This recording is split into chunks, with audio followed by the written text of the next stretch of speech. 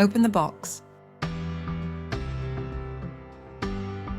Remove all packing material. Unfold the scooter to an upright position.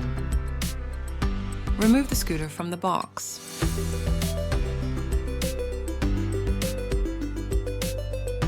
Check inside the box for your charger, manual, and tools.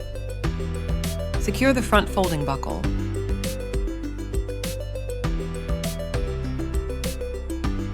Fasten the handlebar to the scooter using the 4mm Allen key bolts with the provided tools.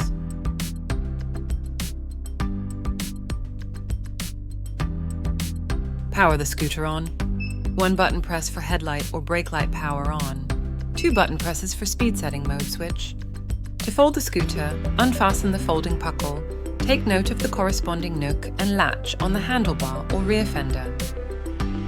Simply hook the rear fender within the latch on the handlebar.